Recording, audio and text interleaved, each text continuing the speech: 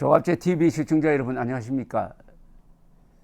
오늘은 2020년 5월 26일입니다. 6.25 70주년을 30일 앞둔 날입니다. 어제부터 조갑제 TV를 통해서 6.25 70주년에 저음한 6.25 이야기를 하루에 하나씩 해드리겠다고 약속을 했습니다. 어제는 문재인 대통령이 6.25를 내전으로 보는 데 대해서 제가 비판을 했습니다. 6.25는 내전이 아니라 남침이었다. 김일성, 모택동, 스탈린은 내전으로 위장을 하려고 했지만은 트루만 대통령은 이것은 소련에 뒤에서 조종한 국제 공산주의 활동의 하나다라고 딱 규정을 해가지고 미군 참전을 결단을 했습니다. 그러니까 들통이 난 거죠. 그런데 문재인 대통령은 아직도 세월이 흘러서 남침이라는 것이 백일하에 드러난 지가 수십 년이 지나도 아직도 스탈린식 전쟁관, 내전이라는 시각을 가지고 있다를 비판을 했습니다. 오늘은 그러면은 6.25는 이긴 전쟁이냐, 진 전쟁이냐, 무승부냐? 6.25의 역사적 평가를 말씀드리려고 합니다. 2013년 7월 27일 워싱턴의 한국전 기념물 앞에서 열린 휴전 70주년 행사에서 미국의 브락 오바마 대통령은 기념사를 통하여 이렇게 이야기를 했습니다. 한국전은 무승부가 아니고 이긴 전쟁이며 특히 동서냉전의 승리는 여기서 비롯되었다 라고 말했습니다. 아주 기분 좋은 이야기입니다. 이긴 전쟁이란 겁니다. 더구나 동서냉전이라는 세계사적 대결에서 6.25가 승리의 시작이었다. 그런데 올해도 마찬가지겠지만 한국에서는 6.25 하면은 상투적으로 동족 상잔의 전쟁이었다. 이렇게 이야기합니다. 동족끼리 서로 싸웠다가 아닙니다. 6.25가 불러온 변화는 어마어마합니다. 그거는 한국 역사상 그리고 세계 역사상 획기적인 사건이었습니다. 그런데 여기서 서방이 이기는 계기를 잡았다. 이렇게 오바마 대통령이 이야기했습니다. 한국전은 이긴 전쟁입니다. 가난과 압제 속의 북한과 극명한 대조를 이루면서 5천만 명의 한국인들은 활력 있는 민주제도를 갖고 세계에서 가장 역동적인 경제대국에서 자유롭게 살고 있으니 한국전은 이긴 것이고 우리의 자랑스러운 유산입니다. 우리 대통령이 이렇게 이야기해야 되는 거 아닙니까? 아시아 태평양 지역의 우리 동맹국들은 우리가 지난 60년간 지속적으로 한국에서 증명한 대로 미국이 평화, 안정, 번영의 힘으로 남아있다는 것을 알고 있으므로 한국전은 이긴 전쟁이고 우리의 유산입니다. 다가올 여러 세대 동안 역사는 이 긴 냉전 시대에 자유진영이 어떻게 뭉쳤으며 어떻게 냉전에서 이겼는가를 회고하면서 한국전이 그 첫 전투였고 여기서 우리는 자유를 지켜냈고 자유민들이 굴복하지 않았음을 기록하게 될 것이니 한국전은 승리였고 우리의 자랑스러운 유산입니다. 여러분, 이런 연설을 대한민국 대통령으로부터 들어본 적 있습니까? 얼마나 근사한 이야기입니까? 6.25는 이긴 전쟁의 첫 전투였다, 이런 이야기입니다. 뿐만 아닙니다. 2000년 6월 25일 워싱턴에서 열린 한국전 50주년 기념식에서도 당시 클린턴 대통령은 비슷한 역사관을 피력했습니다. 즉 이렇게 이야기했습니다. 포성이 멈추었을 때 상당수 사람들은 한국에 간 우리 군대가 자유를 지키기 위하여 한 일이 무엇인가 의문을 갖게 되었습니다. 전쟁은 38도선에서 시작되어 38도선에서 끝났으니까요. 나는 오늘 감히 여러분들에게 말합니다. 역사라는 긴 렌즈를 통하여 뒤돌아보면은 미국이 한국에서 버티어낸 덕분에 냉전에서 우리가 최종적인 승리를 거둘 수 있었습니다. 우리가 한국에서 물러나지 않았으므로 소련은 미국이 자유를 수호하기 위하여 기꺼이 싸울 준비가 되어 있다는 가르침을 얻게 된 것입니다. 50년 전 한국의 능선을 지켜낸 용감한 병사들 덕분에 10년 전 멋지고 행복한 젊은이들이 베를린 장벽 위에 올라가 공산권의 붕괴를 자축할 수 있었다고 보는 것은 결코 역사를 과대 해석하는 일이 아닐 것입니다. 자, 그러면 왜 미국 정부는 공식적으로 한국전을 냉전 승리의 시작으로 볼까요? 미 국방부 장관실의 공간사가 있습니다. 공간사, 공식적인 역사라는 이야기죠. 거기 보면은 전쟁의 시점 1950년에서 1953년의 항목에서 한국전이 세계사의 흐름에 끼친 영향을 미국 국방부는 이렇게 요약을 하고 있습니다. 조금 길지만은 제가 읽어드리겠습니다. 한국전은 20세기 후반의 세계 정세를 형성하는 데 있어서 제2차 세계대전만큼 중요한 역할을 하였다고 주장할 만하다. 세계를 두 무장 진영으로 나눈 점, 미국과 소련 사이의 정치적 군사적 대결, 두 강대국 사이의 전쟁을 막는 데 있어서 핵무기에 대한 의존의 증대, 유럽과 동아시아에서 미군의 장기 주둔, 거대해진 미국의 군산 복합체, 이런 현상들은 한국전에 의하여 만들어졌거나 강화되었다. 전쟁 기간 미국은 소련과 공산주의를 막기 위한 지도자의 역할을 완벽히 떠맡게 되었다.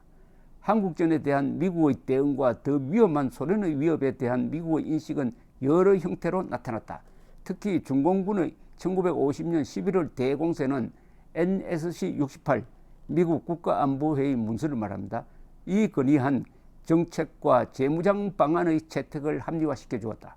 트루만 행정부는 소련이 북한과 중국의 공격을 사주하였으며 다른 곳에서도 그런 짓을 할 것이라고 믿어 의심치 않았다. 미국은 유럽의 나토 맹방들을 지키는데 최고의 우선순위를 두었다.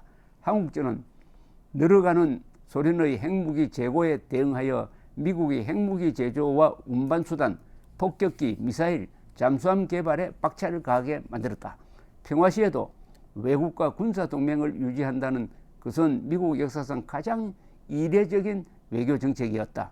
한국전쟁이 일어나기 전에는 미국과 대부분의 유럽 회원국조차도 나토를 서류상의 존재로 인식하였다. 아시아에서 일어난 한국전쟁이 유럽에 대한 소련의 위협을 증폭시켜 나토 회원국들로 하여금 통합적인 지휘체제를 구성하고 더 많은 군사력과 자원을 이 동맹에 제공하도록 만든 것은 일종의 패러독스이다. 역설이다. 이런 이야기죠. 트루만 대통령은 스탈린이 사주한 김일성의 남친과 중공군의 개입을 역용해가지고 소련을 봉쇄하는 전략을 완성하고 본격적인 군비 경쟁을 시작했다는 겁니다. 이 국방부의 평가를 다시 제가 이어서 읽어드리겠습니다. 미국은 최고사령관 등 역동적인 지도력과 함께 유럽 대륙에 상당 수준의 군사력을 무기한 주둔시키게 되었다. 미국과 나토 회원국들은 소련을 봉쇄하기 위한 군사력과 전략기지를 확보하기 위하여 수독을 재무장시켜 나토에 가입시켰다. 미국의 권유로 동쪽 전선과 중동 방어를 위하여 터키와 그리스를 나토에 가입시키고 나토에 가입하지 않은 스페인 및 유고슬라비아와도 협력관계를 맺었다. 소련과 중국의 위협 정도에 대한 경계심에 따라서 미국은 나토 영역을 넘어서 국제적 집단 안보와 해외 경제 및 군사 원조를 강화해 갔다. 한국전과 인도차이나 분쟁에 의하여 공산주의의 팽창을 저지하는 데 있어서 일본의 가치가 높아졌고 이 나라를 미국의 전략적 경제적 맹방으로 삼기 위하여 서둘러 평화협정을 맺었다. 일본과 평화협정을 맺은 이후 미국은 호주, 뉴질랜드, 필리핀 그리고 한국과 상호방위조약을 맺게 되었다. 나토의 지상군에 가장 많은 병력을 제공한 서독과는 달리 일본은 헌법의 제약으로 소규모 자위대만 보유, 방위비를 절약하고 미국에 의존하게 되었는데 이 덕분에 장기적으로 경제적 이익을 보았다. 일본이 산업대국으로 부상하게 된 것은 일본이 한국전 때 한반도에서 싸우는 한미 군대에 대한 보급 및 정비기지로 이용된 덕분이다. 한국전은 나토와 다른 나라에 대한 미국의 군사 원조를 3배나 늘리게 하였다. 한국전은 미국이 범세계적 규모의 동맹과 군사 원조 정책을 완성하고 지속되게 하였다. 이에 따라서 미국 국방부는 정책 수립의 주요 참여자가 되었으며 세계인들은 펜타곤을 미국 군사력의 상징으로 여기게 되었다. 1953년에서 54년 사이 미국 방위비는 연방 예산의 3분의 2를 차지하게 되었고 병력은 2배로 늘었으며 한반도에서 벌어진 전쟁에 대한 관심으로 국민들은 무기한에 걸쳐 평화시에도 강력한 군사력을 유지할 수 있게 뒷받침하였다. 한국전이 일어나기 직전인 1950년 6월 미군 병력은 146만 명이고 해외 주둔은 그 20%인 28만 1000명이었다. 3년 뒤인 1953년 6월 30일 당시에 미군은 355만 5천 명으로 늘고 해외 주둔은 그 27%인 96만 3천 명으로 늘었다. 독일, 일본, 한국 주둔 병력이 가장 많았다. 미군은 25만 명 이상의 미국 및 외국 민간인들을 고용하였고 외국에서는 약 50만 명이 미군의 생계를 의존하였다. 외국에 주둔하는 미군과 관련 민간인들과 그 가족들의 숫자는 1950년대에 130만 명에 달하였다. 한국전을 계기로 병력 손실을 최소화하기 위한 필요성에서 공군력과 군사기술 개발에 집중하면서 핵 억제력 강화에도 박차를 가하게 되었으며 핵무기를 실제로 사용하기 어렵다는 인식하에 재래식 전투력도 높게 유지하지 않을 수 없게 되었다. 이렇게 미국 국방부가 한국전의 세계사적 역할을 설명을 하면서 2차 세계대전만큼 큰 영향을 끼쳤다. 그런데 그 영향을 끼친 방향이 나라를 위해서, 한국을 위해서, 미국을 위해서, 세계 인류를 위해서 좋은 방향이었다는 겁니다. 또 요약하면은 여기 하나가 빠져 있는데 6.25 때문에 잘된 나라가 뭐 여러 나라지만은 제일 잘된 나라는 대만입니다. 6.25가 암침이 딱 터지자마자 미국은 7함대를 대만 해협에 보내가지고 중공군의 대만 상륙을 저지를 했습니다. 만약 6.25가 나지 않았으면은 보택동 군대는 그해 1950년에 대만에 상륙해가지고 점령을 했을 것이고 그때는 미국이 이거는 내전이다 해가지고 손 놓고 있었을 것입니다. 대만이 우리 덕분에 살았습니다. 그리고 일본의 경제 부흥이 이루어졌습니다. 군수물자를 가까운 일본에서 조달했습니다. 동시에 서독을 재무장하게 되었습니다. 그 5년 전에는 전쟁 범죄 국가였는데 소련에 대항하는 군사력을 확보하려고 하다가 보니까 서독에 의존하게 되었고 서독이 재무장하게 되었습니다. 동시에 서독의 라인강의 기적이 본격적으로 불붙기 시작했습니다.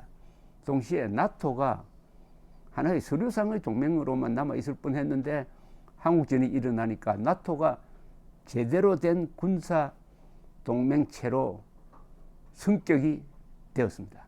그리고 미군 병력이 2배 이상 늘었습니다. 130만에서 350만으로.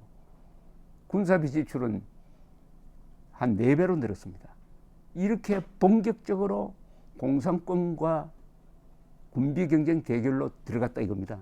그래서 그 40년 뒤에 도저히 미국을 상대로 군비 경쟁을 할 수 없었던 소련이 이제 무너지기 시작한 거죠.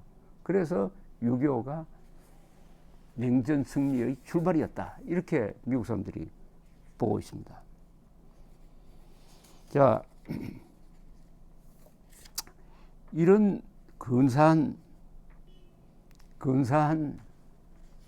이 6.25에 대한 평가는 6.25에 참전했던 사람들에게도 상당히 좋은 추억을 남기게 되었습니다.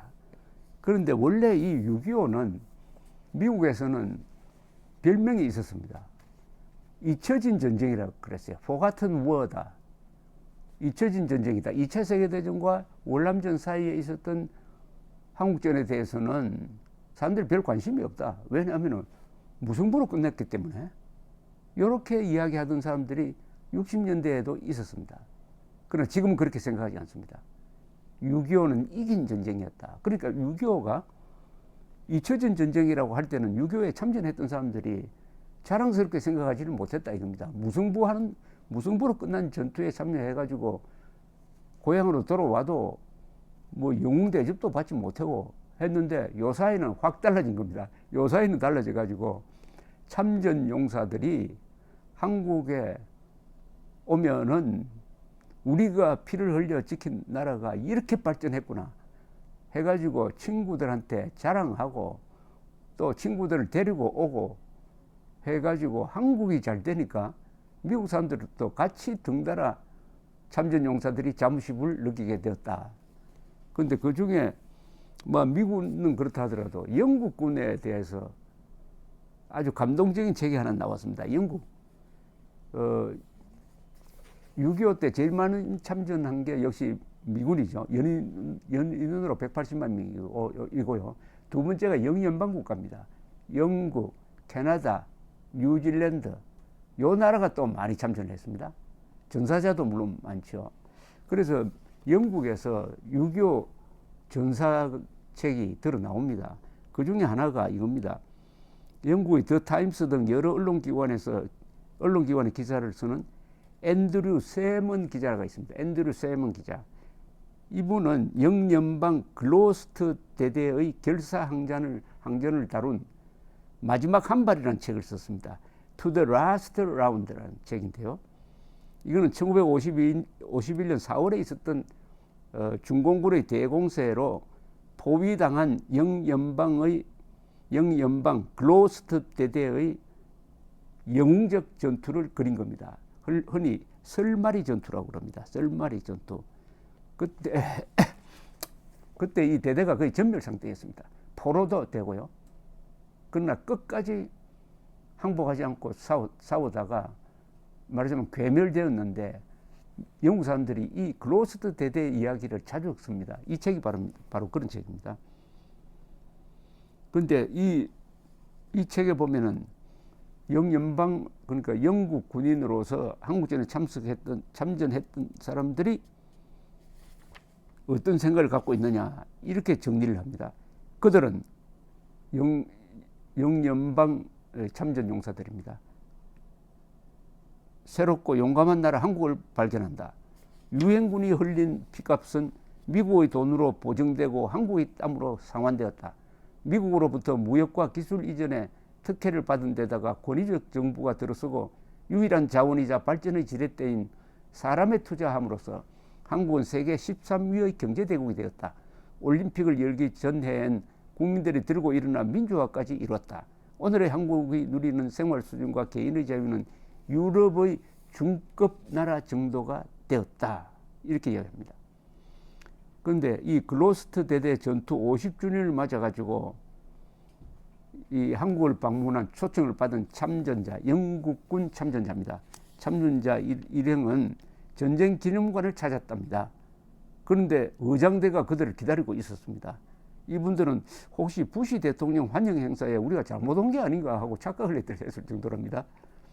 한 참전자는 한국이 이런 나라가 되다니 하나님 맙소사 믿을 수가 없습니다라고 중얼거렸답니다. 이 허리띠가 고장나서 상점에 들어갔더니 주인은 새 허리띠를 그냥 주면서 돈을 받으려 하지 않았다고 합니다. 당신은 우리의 자유를 위해 싸웠잖아요. 이건 작은 선물입니다. 라고 이야기를 하더랍니다. 이 서먼 기자는 한국처럼 전란의 잿더미 속에서 그야말로 제로 상태에서 일어나 영웅적 나라를 만든 것은 20세기의 가장 위대한 국가적 성공 사례라고 이렇게 높게 평가를 합니다. 이런 이야기는 한국 대통령이 해야 되는 거 아닙니까? 그런데 영국 기자가 합니다. 그래서 제로 투 히어로라고 그랬어요. 무에서 영웅들이 나왔다는 겁니다. 한국의 발전은 무에서 모두가 영웅이 되었다. 6.25를 거치면서. 헨리 울프스라는 영국군 참전자는 이 세먼 기자가 쓴 마지막 한 발을 해서 이렇게 말합니다. 이 대목이 참 감동적인 겁니다.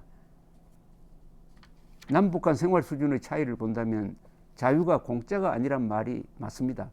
반세기가 흘러서 뒤돌아보니 잊혀진 전쟁은 정의로운 전쟁이었음을 알게 되었습니다. 존 프레스턴 벨이라는 분은 세먼 기자와 한 인터뷰에서 한국인들에게 오히려 감사를 하고 있습니다. 주는 것, 기빙, 주는 것과 사랑하는 것, 러빙의 공통점이 뭘까요? 차이가 없습니다. 같은 거예요. 50년 전 나는 내 생명의 1년을 한국인들에게 주었습니다. 하마터면 생명을 잃을 뻔했죠.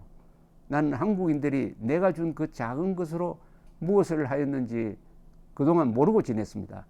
내가 한국을 방문하였을 때 그들의 감사를 받고는, 그리고 그들이 만든 완전히 새롭고 멋진 유쾌한 평등하고 야심만만하며 번영하는 새 나라를 만든 그들에게 나는 이렇게 말하고 싶었습니다. 저한테 고맙다고 하지 마세요. 내 인생을 가치 있는 것으로 만들어준 이는 당신들입니다. 나를 가치 있는 인간으로 키워준 이는 바로 당신들입니다. 이 말로 세먼 기자는 자신의 저서를 끝냈습니다. 우리가 전후에 열심히 해서 이런 나라를 만드니까 6.25 참전했던 사람들이 오히려 한국 사람에게 감사한다는 것 아닙니까? 자기들이 한 1, 2년 여기서 싸웠던 그 보람이 있다는 겁니다. 그러니까 오히려 고맙다는 겁니다. 우리는 그들에게 고맙고 그들은 우리에게 고맙고. 그래서 6.25는 동족 상잔의 전쟁, 무승부의 전쟁이 아니고 인류에 기여한, 인류의 자유평화에 기여한, 동구공산권이란 악마의 제국이 무너지도록 만든 결정적 계기를 제공한 승리한 전쟁입니다. 다만 지금 북한 노동당 정권이 아직 무너지지 않아가지고 한국에서는 아직도 휴전 상태고 결말을 보지 못했습니다. 참 아이러니입니다. 세계는 결말을 보았는데 한국은 아직도 우리가 모자라서, 그리고 남한의 종북 세력이라는 이런 김일성 세력이 주도권을 잡고 북한은 핵무기를 가지고, 북한의 핵무기와 남한의 종북 세력이 결합되면은 잘못하면 6.25 때 버틴 대한민국이 총성 없는 쿠데타로 넘어가는 이런 위기 속에 있습니다. 그러나 세계사의 도도한 물결이 흘러갈 때 그런 예외지대도 결국은 사라질 것이다 하는 희망을 갖게 하는 것이 6.25 70주년에 저음한 우리의 희망이고 다짐이라고 저는 믿습니다. 감사합니다.